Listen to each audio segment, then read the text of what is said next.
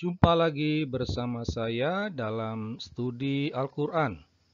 Kali ini studi kita membahas tentang logika-logika umat Islam ketika ada orang non-Muslim yang mengutip ayat-ayat Al-Quran yang tidak menyenangkan, yang tidak menguntungkan bagi Islam. Ya, jadi sekalipun sama, tetapi ada perbedaan. Oleh karena itu, saya akan membuat semacam perbandingan, ya, dan kita akan melihat bagaimana logika Islam menanggapi suara-suara terhadap ayat-ayat yang tidak menyenangkan itu, ya. Nah, misalnya kita tahu bahwa dalam Islam babi itu haram, ya. Umat Islam tahu dasar pengharaman babi itu dapat dibaca dalam 4 ayat Al-Quran ini. 2 ayat dari surah Makkiyah, 2 ayat dari surah Madaniyah, ya. Kita ambil satu contoh saja dari surah Al-Maidah, ya. Di sana dikatakan diharamkan bagimu memakan bangkai darah daging babi dan seterusnya, ya. Di sini tampak jelas, ya, diharamkan bagimu memakan daging babi. Dari situlah babi diharamkan. Nah, tapi bagaimana berhadapan dengan perintah membunuh, ya? Perintah membunuh ini dapat dibaca dalam 2 surah dengan 5 ayat, ya. Jadi perintah lah, ya. Ini bukan hanya sekedar afirmatif, ya, tetapi ini perintah, ya. Kita ambil satu contoh saja, ya.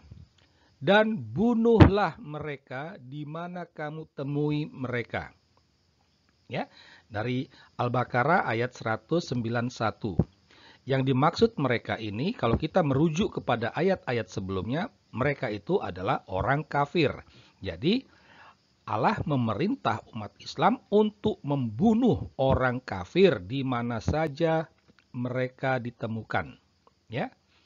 Nah, terhadap perintah membunuh ini, seringkali keluar pernyataan logika Islam bahwa ayat ini harus dilihat dari konteks waktu, ya.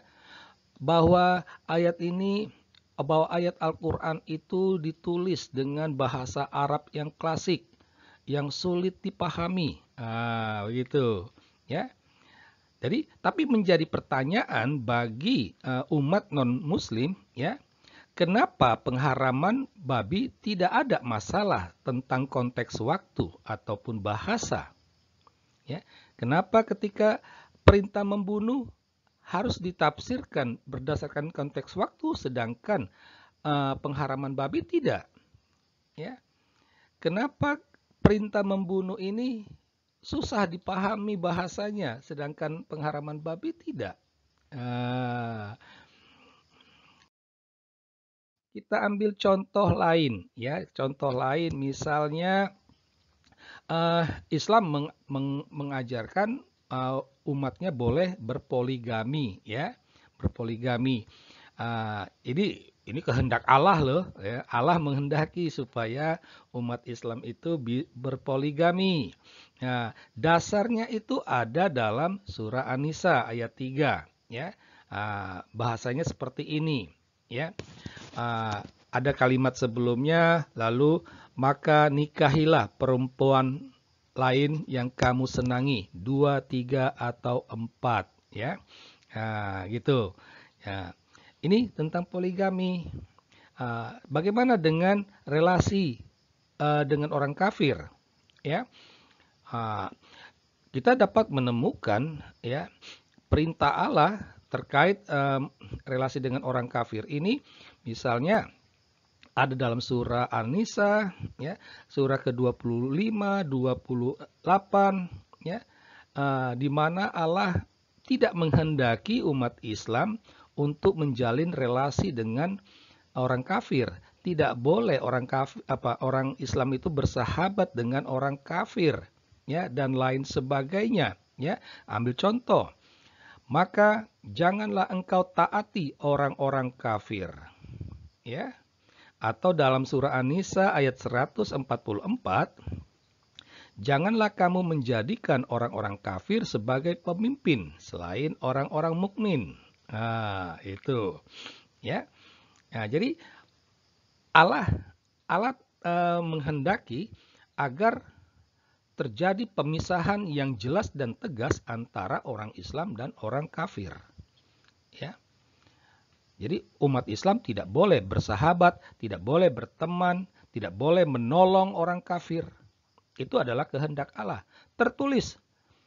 Jadi kalau kita memperhatikan bahasanya dengan bahasa relasi orang kafir ini dengan bahasa poligami tadi, ya kurang lebih hampir sama. Tetapi ketika umat non-muslim mengutip ayat-ayat terkait relasi dengan orang kafir ini, maka akan muncul bahwa itu bahasanya adalah bahasa Arab klasik yang sulit dipahami, yang harus dipahami dalam konteks waktu. Menjadi pertanyaannya, kenapa soal poligami tidak ada masalah tentang konteks waktu dan bahasa? Ya, jadi kan agak aneh gitu. Kita ambil contoh lain lagi, misalnya rukun Islam. Islam ada 5 rukun, ya. Kita ambil salah satu. Beberapa rukun itu ada dalam wahyu Allah, ya. Misalnya dalam surah 73 atau surah kedua, ya.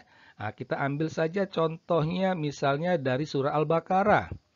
Dan laksanakanlah sholat, tunaikanlah zakat, dan rukuklah bersama orang yang ruku.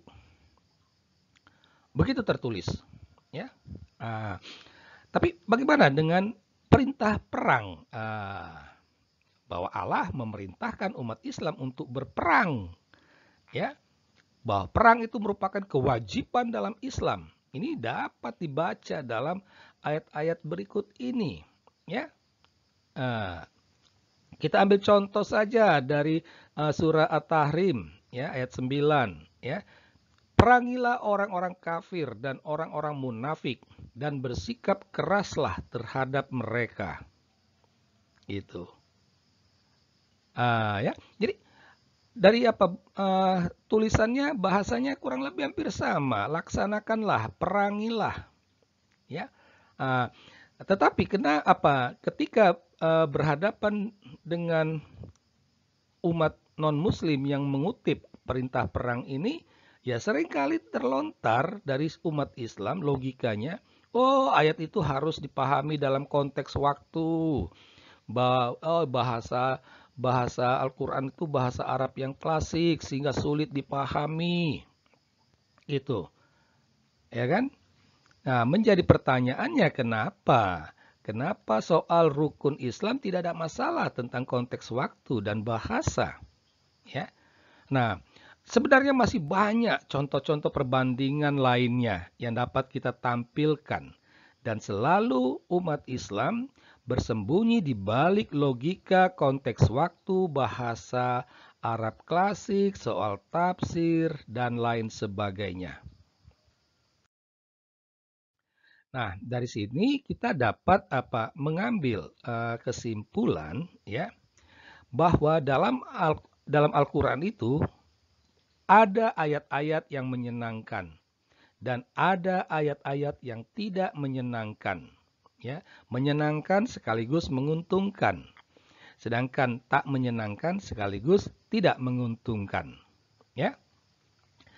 Terhadap ayat-ayat yang menyenangkan, kita jarang sekali mendengar, ya, suara-suara bahwa tidak ada masalah dengan bahasa, tafsir ataupun konteks, ya, tidak ada.